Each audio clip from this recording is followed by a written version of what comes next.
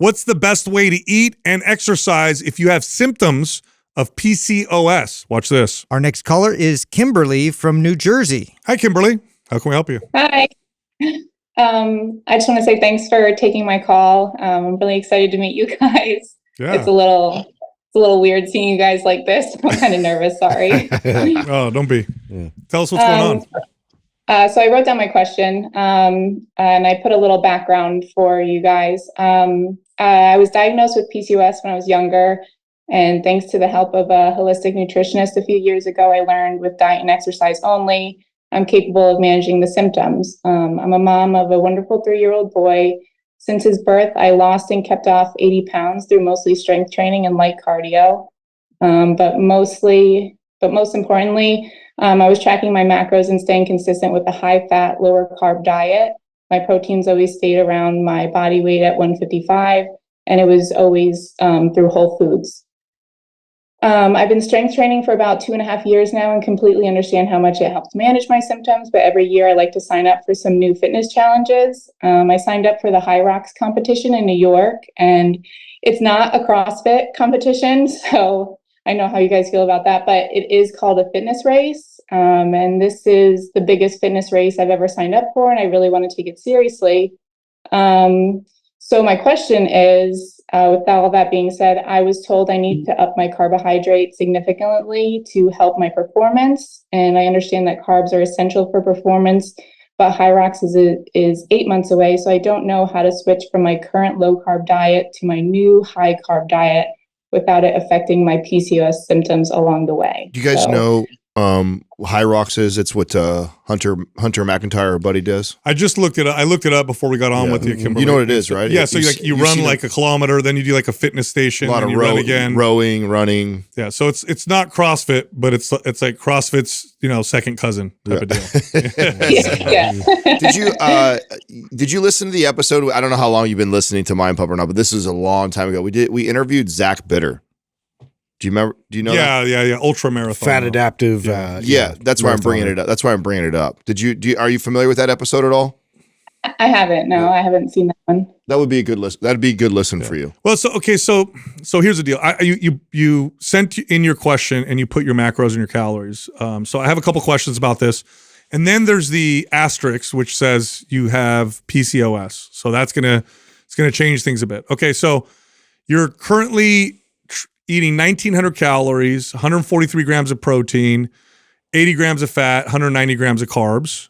So that's what a coach had suggested. Okay. That's the macros he told me to follow. Okay. I actually follow it differently. Now you're 5'3", 155. And what does your workout look like? Because that's not that many calories if you're training for an event like this, in my opinion.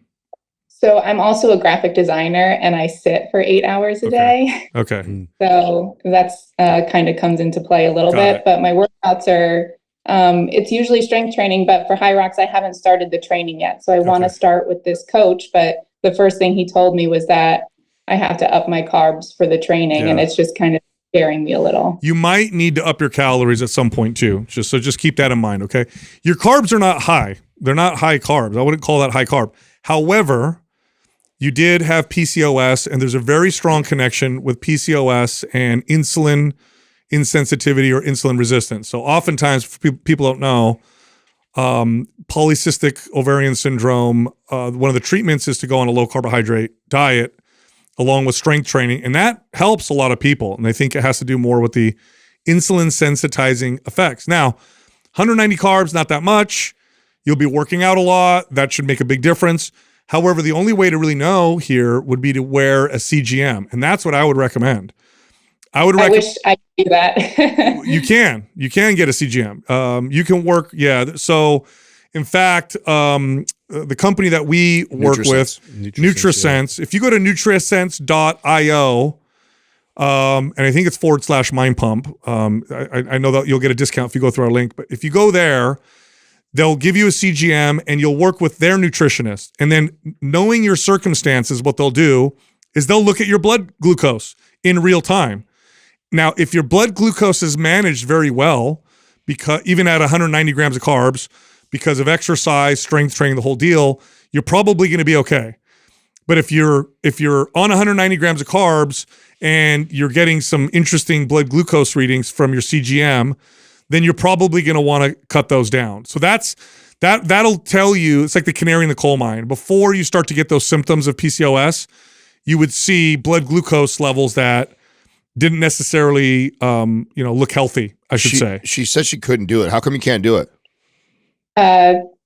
My son's in daycare and I live in New Jersey. It's a little expensive for me, but I'm hoping somehow I can afford it. But always looked into NutriSense. I've done all their polls and everything and get their emails all the time. And I'd love to sign up for it. But that might be something in the future. But if you guys suggest it, I mean, I can try harder.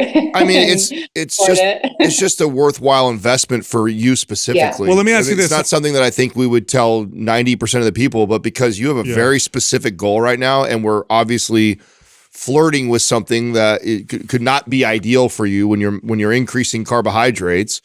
The generic answer would be I would schedule them around your workout. You'll probably be okay. So whatever amount of carbohydrates that you increase from the norm, I would literally put that right around the workout. Is this coach that you're working with more than just doing diet? Are they training you too? He has workouts for me. Yeah. Okay. Because I was going to say, if you NutriSense, they'll cover the nutrition part. So I don't know if you could trade the cost of the coach for working with someone from NutriSense. Maybe I can see. Yeah. Yeah, and then when it comes to workouts, we could send you MAPS OCR, which will probably prepare you pretty fucking well. Sorry, excuse my language, for your race. Obstacle course racing is very similar, and the programming is really, really, really well done. And we could send that to you for free. Yeah, I mean, I honestly think that. I'm not that privy to High Rocks. I have somewhat of an idea because Hunter's a friend, and I've watched what he does.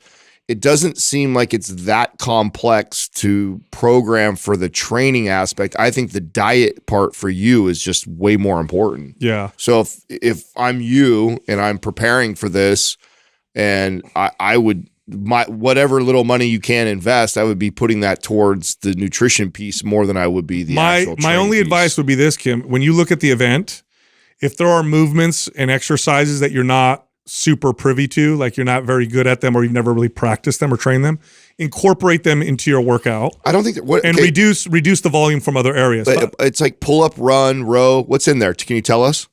It's like a sled push, a sled pull, the when you throw the medicine ball up, the ski erg, and then the rower as well, and then the sandbag lunges, and then burpees. Yeah, I would incorporate. You could incorporate those in your workout by replacing other exercises. Like if we send you MAPS OCR, and there's you can take one exercise out, replace it with one of the ones that you'll be doing in your event, and kind of follow the same programming, and you should be okay. I really think a CGM would be valuable for someone like you because it's not just about the carbs. Yeah.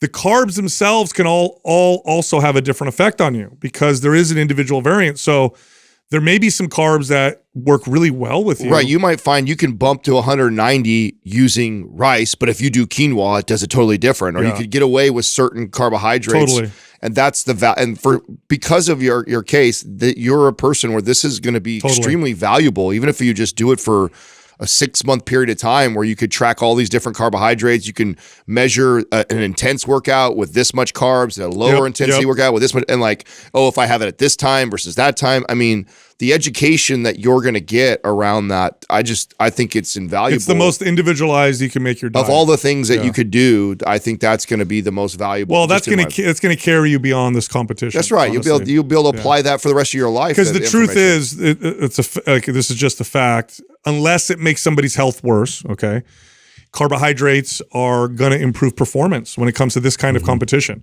Like Zach Bitter was on our show. He does ultra marathon, but it's very low intensity endurance. And you can make the case for being ketogenic and doing that. But what you're doing is high intensity cardiovascular endurance type training. And I mean, every study done on that shows carbohydrates will improve performance unless they make you unhealthy, in which case then it's not worth it and you'll perform better eating a different way. But it's hard to know that on an individual level without a CGM. On your own, what you're going to have to do is wait until you start to get symptoms. but you've been dealing with PCOS. You know what that's like. You get symptoms. Now you got to reverse course and it sucks for like a month.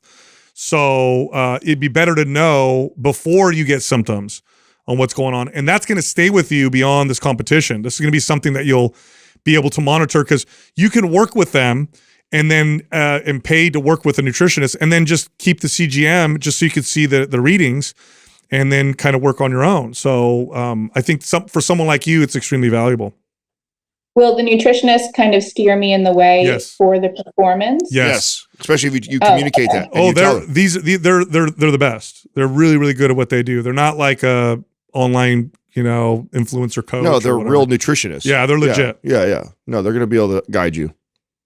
Okay, I think that's a great idea. Yeah. I think you guys can convince my husband now to buy it. Well, Christmas is coming up. Get her a Yeah. good Christmas. Yeah, All right, good idea. Kim, we'll send you OCR though, okay? 'Cause that program is going to be most beneficial for someone like you. Look at the programming. Like I said, you could swap out movements, but I think that program would take you right to the competition, and you would do great.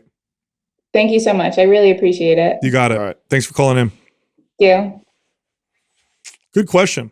Because Yeah. I mean, if she didn't have the issue of PCOS, I'm like, no, that's not high car. That's totally fine. Yeah. No, but I mean, and I know the cost was an issue, right? But I mean, if she's paying for a coach, this would be more Yeah. valuable. Yeah. I I mean, mean, reallocate sort of, your priorities. yeah, especially movements like that. I mean, and that's going to go way further. and not to devalue the coach who's helping her. I'm sure that coach could do a lot as far as helping. But it's like if I had to weigh out which one's more important for this specific client, I mean, her learning that because Because she doesn't do this competition again, or she just doesn't want this is going to stick with her. the information she's going to get is Totally. invaluable for sure.